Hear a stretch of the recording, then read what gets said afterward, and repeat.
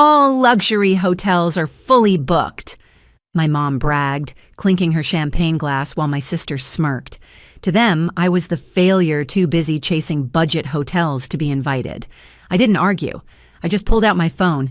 "Margaret, cancel the Whitmore family's presidential suite. Effective immediately." My dad's face went pale as the screens lit up with breaking news. My company, Elite Hotels, had just taken ownership of every five-star property in Aspen. And trust me, that was only the beginning. Before I dive in, hit like and tell me where you're watching from your stories. Remind me I'm not alone. I'm Claire Whitmore, 32 years old, and for as long as I can remember, Christmas with my family has never really been about love or togetherness. It was about appearances, about the kind of photos that ended up in glossy magazines or on my sister Maline's social feed, framed in perfect light with captions like "Family Goals." The truth. Those pictures were staged. Behind every smiling face was a knife, usually pointed at me. I grew up in a house where success was defined in one narrow way, my father's way. He built a real estate empire out of sheer grit and money. He measured worth in square footage and property value. My mother learned to echo his words, and Maline, my older sister, became their perfect protege. She wore their approval like a crown, floating through every holiday dressed in designer gowns, while the spotlight fell squarely on her. Me, I was the afterthought, the one who didn't follow the plan. When I left to study hospitality instead of business development, my father shook his head like I'd just burned down the family name. "Hotels are service, Claire. Service is beneath us," he told me once, a glass of scotch sweating in his hand. My mother agreed, and Maline made sure to remind me every chance she got. But I stayed quiet. I watched. I worked. I let them believe I was barely scraping by, managing what they called budget hotels, as if I were wasting my life making beds and folding towels. They didn't know that those so-called budget hotels were the foundation of something much bigger. They didn't know the hours I spent in airport lounges, with contracts spread out in front of me, or the nights I worked through Christmas Eve, drawing up acquisition plans while they clinked glasses and sang carols. And here's the thing about being underestimated: it hurts, yes, but it also gives you cover. They never suspected me because they never respected me. That December night at Aspen Lodge wasn't just another family gathering. It was their stage, the Whitmore's annual spectacle where guests drove in from Denver and Vail just to be seen. Maline had orchestrated the decor down to imported pine garlands and crystal flutes etched with our crest. My name wasn't on the guest list, of course. Why would it be? In their eyes, I didn't belong in the glow of chandeliers or by the crackling fire. But standing there in the lobby watching the snow swirl against the glass, I knew something they didn't. In less than an hour, the entire script of our family Christmas would flip upside down. The Aspen Lodge glittered that night like a snow globe come to life. Strings of golden lights looped across the vaulted beams, and a choir sang carols near the fireplace. From the shadows of the grand lobby, I watched my family move as if they owned the place. My mother waved off staff with a sharp flick of her hand, never once offering so much as a thank you. Maline floated in wearing a gown the color of champagne, her designer scarf draped, just so, whispering to cousins about how stressful it was to coordinate an event of this magnitude. No one noticed me. That was the story of my life. I heard Aunt Sarah ask casually, "Did you hear from Claire?" She was pouring herself eggnog, maybe expecting to hear I was running late. My mother's reply cut sharper than any winter wind. "Oh, she won't be joining us. Every hotel is fully booked. Honestly, she should have reserved a room months ago." Laughter, smiles, a toast raised in mock sympathy. My sister leaned in, lowering her voice, but not enough to hide the venom. Still chasing her little hotel project, she said, savoring the words like candy, "Imagine spending Christmas in some roadside motel." I stayed rooted to the marble floor, the phone heavy in my palm. The irony almost made me laugh. For 5 years, I had lived behind the mask of hospitality consulting, letting them assume I was piecing together a modest career. What they never knew was that the mask hid an empire: Elite Hotels, the most ambitious luxury hospitality group in the world. Property by property, I had built it in silence, using shell companies to hide my name. While they mocked me, I was signing billion-dollar contracts. But old wounds still ached. My father's voice from years ago echoed in my head: real estate builds legacies. Hotels serve coffee. The disgust in his eyes was the same one he used on bellboys who dared to open his car door too slowly. That night at Aspen, the same disdain painted his features as he raised a glass of scotch. "At least Claire is employed," he muttered, as if that were some consolation prize. Though managing budget hotels is hardly a career, I felt something shift inside me then, a line snapping. For years I had kept my head down, waiting, building, letting their ignorance be my armor. But standing there, wrapped in pine-scented air and the sound of their laughter, I realized I didn't want armor anymore. I wanted the truth laid bare, and I had the perfect stage. Because while they toasted to my absence, my phone buzzed again. One more confirmation from my legal team: the transfer of Aspen Lodge, their crown jewel, their stage, would finalize at midnight. They thought I was invisible, but in a matter of minutes I would step out of the shadows, and for the first time they'd have no choice but to see me. Midnight came quietly, like a secret only I knew. Snow drifted across the windows, muffling the sound of the carolers outside. Inside the Aspen Lodge ballroom, my family basked in their own glow firelight champagne applause from friends who believed the Whitmores defined success. I let them enjoy it for one last moment. Then I stepped forward. My heels struck the marble floor sharp enough to turn heads. Conversations faltered. My mother's eyes widened as if she'd seen a ghost. "Claire," she gasped, "how did you get in here? I didn't bother with pleasantries." I lifted my phone voice, calm and deliberate. "Margaret," I said, "cancel the Whitmore family's presidential suite, effective immediately." The silence was deafening. My father lowered his glass, confusion and irritation darkening his face. "What is this nonsense?" he demanded. Malene's laugh came out shaky, forced. "She's joking," she told the cousins, though, her knuckles whitened against her glass. But then the lobby screens flickered alive, pulling every gaze in the room. Breaking news banners glowed across the flat screens: Elite Hotels acquires Aspen Lodge and 20 luxury properties, worldwide. A photo appeared me standing before one of my flagship hotels, name bold beneath the headline: Claire Whitmore, CEO and founder of Elite Hotels. My father's scotch slipped from his fingers, crashing against the floor. My mother's perfect smile collapsed into shock. Malene fumbled with her phone, scrolling through headline after headline, each one worse than the last. "All luxury hotels are fully booked," she whispered, as if trying to rewrite reality. "Not anymore," I answered, "because I own them." Every five-star property in Aspen now operates under Elite Hotels. The room erupted in murmurs. Guests who had once sneered at me now stared with a mix of awe and unease.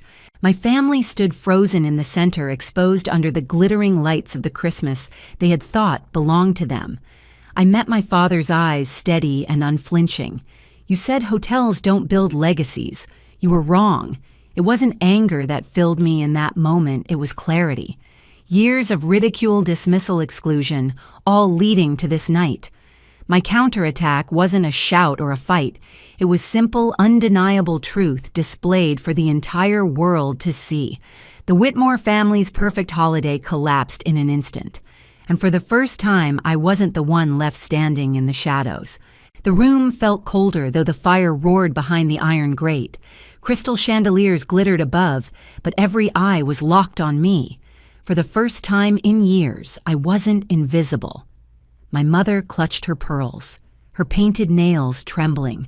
My father's jaw clenched so hard I thought the glass in his hand might shatter. And Malene, my flawless sister, looked as though she'd been stripped bare in front of the entire ballroom. I let the silence stretch. Let them feel it.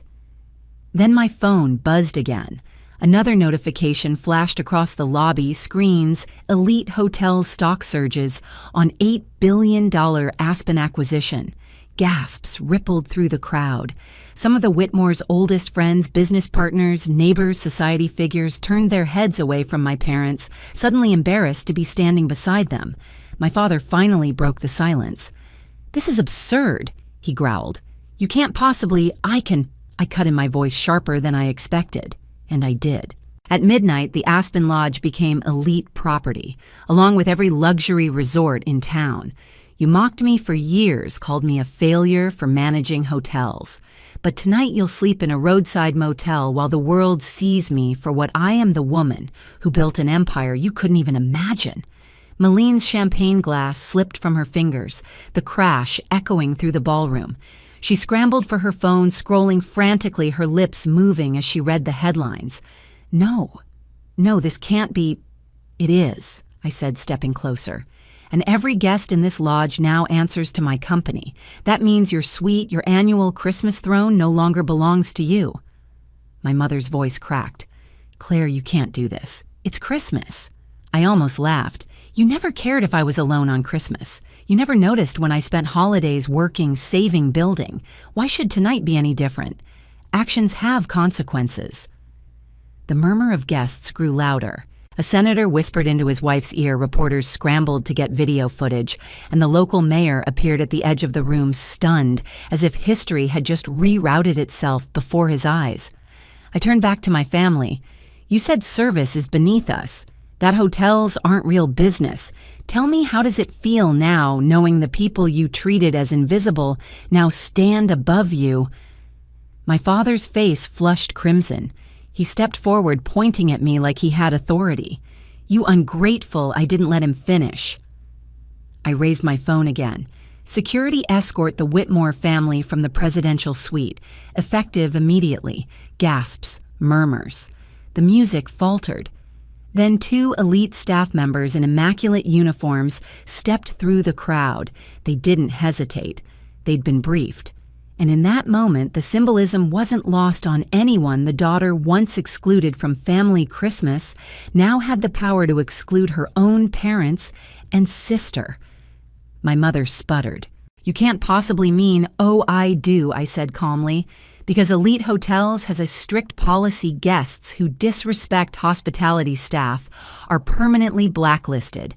And you, every single one of you, qualify." The words landed like a hammer blow. My sister lunged toward me, her perfect facade cracking. "Claire, please," she begged, her voice thin. "We didn't know. If we had known, we would have." I held her gaze, remembering every snide remark, every smirk when I walked into a room, every Christmas I spent alone because my family thought I wasn't worth an invitation. "That's exactly the point," I said. "You didn't know, because you never cared to look past your own reflection." Behind me, the screen cycled through images of elite properties, beachfront villas in Bali, glass towers in New York, snow-covered chalets in Switzerland. My name glowed beneath every headline. I walked to the center of the room, feeling the weight of every stare. 5 years ago, you told me I was wasting my time, that managing hotels was beneath a Whitmore. You mocked me, excluded me, treated me like nothing. Tonight you will leave this lodge as guests with no room, no power, no standing. And tomorrow, the world will know exactly why. The security team waited at the edge of the ballroom, eyes steady. My father glanced around, realizing no ally would step forward. Even his oldest partners were already recalculating loyalties, eager to curry favor with me instead. He tried one last time. "Princess," he said softly, using the nickname he hadn't called me in years. His voice wavered. We didn't know. I looked at him, the man who taught me to measure worth in property deeds and bottom lines. "That's the problem," I said quietly. "You never wanted to know." The carolers outside began another song, their voices faint but clear. Inside, my family stood shattered in the middle of their perfect Christmas. Guests whispered, phones flashed, reporters scribbled notes. The Whitmores, once untouchable, had been brought down not by rivals or bad investments, but by the daughter they dismissed. I turned to security and nodded. Show them to the Mountain View Motel. It's the only accommodation left during peak season. The humiliation was total. Malene gasped. My mother looked like she might faint. My father's shoulders sagged, years of pride collapsing under the weight of reality. As they were led toward the exit, I called out, my voice carrying through the room. And Malene, next time you laugh at someone in hospitality, remember this. They might just own the building. The crowd erupted, not in laughter, but in applause. Not for them. For me. I stood there in the glow of the chandeliers, finally seen, finally heard. And for the first time in my life, Christmas belonged to me. But as satisfying as it was, I knew this was only the beginning. My family's downfall had just begun. The morning after felt like stepping into a new world. Snow blanketed the mountains in silence, but inside Aspen Lodge, everything buzzed with life. Reporters camped outside news crews, filmed the decorated lobby, and guests approached my staff with curiosity, eager to say they had been there the night history was made. I sat in my new office on the top floor overlooking the peaks I had claimed not just as a view, but as a legacy. My phone lit up, non-stop calls from investors, messages from heads of state, offers I never imagined I'd receive. Overnight, Claire Whitmore wasn't the family disappointment anymore. I was the face of a hospitality empire worth billions. Meanwhile, my family had spent Christmas Eve in the Mountain View Motel, stripped of the suite they once flaunted. The irony wasn't lost on me. For years, they mocked the very industry that now controlled their fate. And now, for the first time, they felt what it was like to be on the other side of that disdain. But revenge wasn't the whole story. It never was. This was about justice, about finally proving that respect matters more than appearances. I thought of the housekeepers, the bellhops, the front desk clerks who built elite hotels alongside me. They weren't invisible. Neither was I. For my family, the fallout had just begun. For me, the future was wide open, and this time I was holding the keys. In the end, I learned something simple. Family can betray you, dismiss you, even erase you from their table. But their rejection doesn't define your worth. Respect, dignity, and persistence do. My parents, my sister, they lost their Christmas throne because they never saw the people who made it possible. I built my own empire on those very people, and it saved me. If this story hit you the way it hit me, drop a comment below. Tell me if you've ever had to fight for respect in your own family. And don't forget to like and subscribe. Your support reminds me I'm not alone.